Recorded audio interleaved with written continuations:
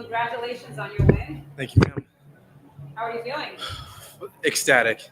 I am so happy. I put so much training, so much blood, so much sweat, so much tears, so many hours of my life for these moments, and just for it to all pay off at the end like that. I've never been happier in my life. Oh.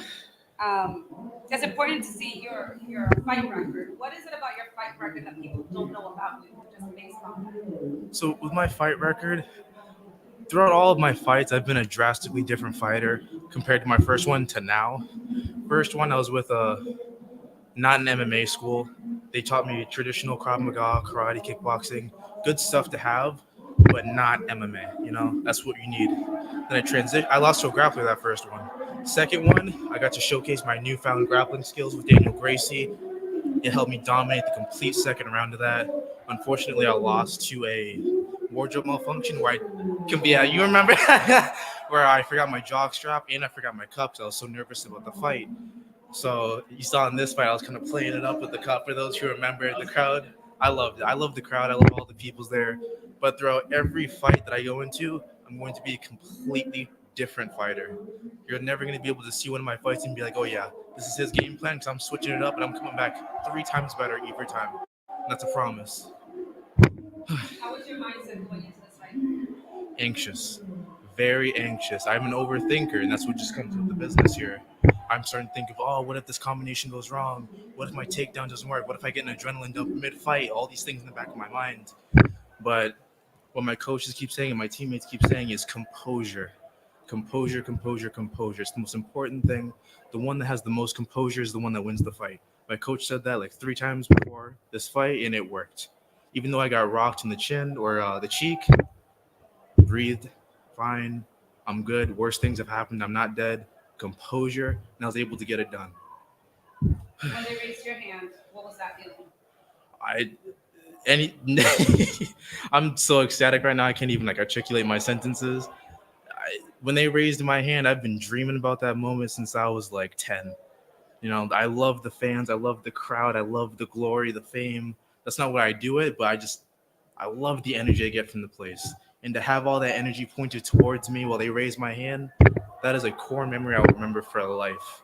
For life. And I can't thank Cage Titans enough for that moment. When can we expect you back? Honestly, this is stressful. I'm going to take a little bit of a hiatus just to get my mind right, my finances right. I'm going to school to get my EMT. Kind of contradictory compared to what just happened. But I just got to get a lot of things going in life. I'm 21. I still got a lot of stuff to figure out. But this was a big milestone for me. I'll let y'all know when I'm coming back, but I'm taking a little ending on a high. Not ending completely, but a little rest for right now. So I'm sure you're very frustrated after your last fight, not being defeated by your opponent, but being defeated by your cup. But now you're like super mad, you have the cups to your wrist. How do you get that frustration? Gotta lean into it, man. People are gonna talk. The more you play into the bullshit, like, oh my god, they're talking about my cup, da da da da, the more fuel they're gonna get. But if I walk in there like, you know what, got it this time, now they're all on my side. They're all like, yeah, it's all in good fun. No one's here to hurt feelings. That's a sucky way to lose because I personally felt like I was gonna win that third round. He had me in the first, I had him in the second. I wish the commission would have let it go. I would have signed like a waiver or something, but I know they don't want to get sued and all that stuff. But frustrating that it happened. A big learning experience. It's amateurs. I'm not fighting for like thousands of dollars here, but really good learning experience. I took all that frustration. I wasn't even mad personally because I know how I performed in that second round. That was my victory. The cup thing, whatever. I got it back. That's all that matters. And you mentioned your mentality. How was your mentality mental health coming into this fight? I'm a very nice guy. I've realized I don't want to hurt people for real. I'm not like the super aggressive. I wasn't raised like that. I was raised in a very compassionate, loving, hardworking home. I never had to struggle or anything like that. So it's hard for me to channel that like, I'm gonna go in there and mess you up.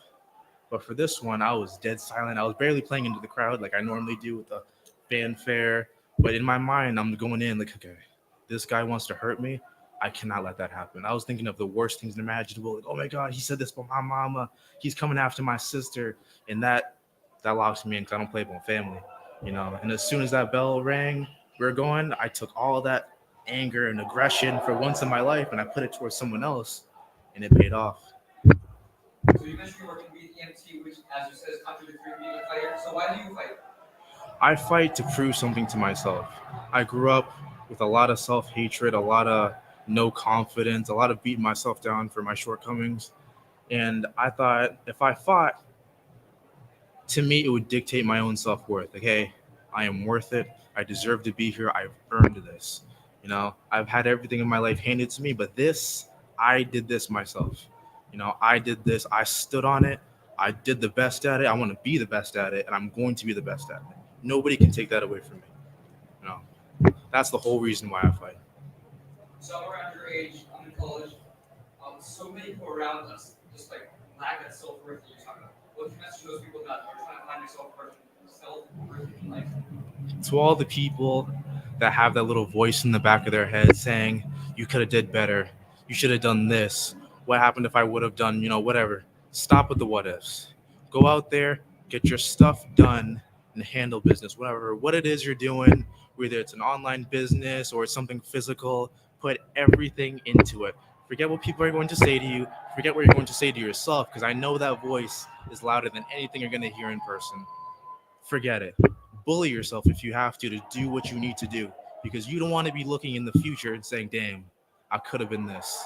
That's my worst nightmare, of me going to wherever I'm going in the afterlife and someone reading my rights saying, yay, this is what you could have been if you stuck with it. That's my worst nightmare. Keep doing it. Keep doing it. I can't stress that enough. Amazing answer. I got chills right now. Congratulations. Thank you so much. Thank Any you. words that you would like to share? Woo! I'm going to eat. All right. Thank you. You all right? Oh, may I grab a water? Thank you very much.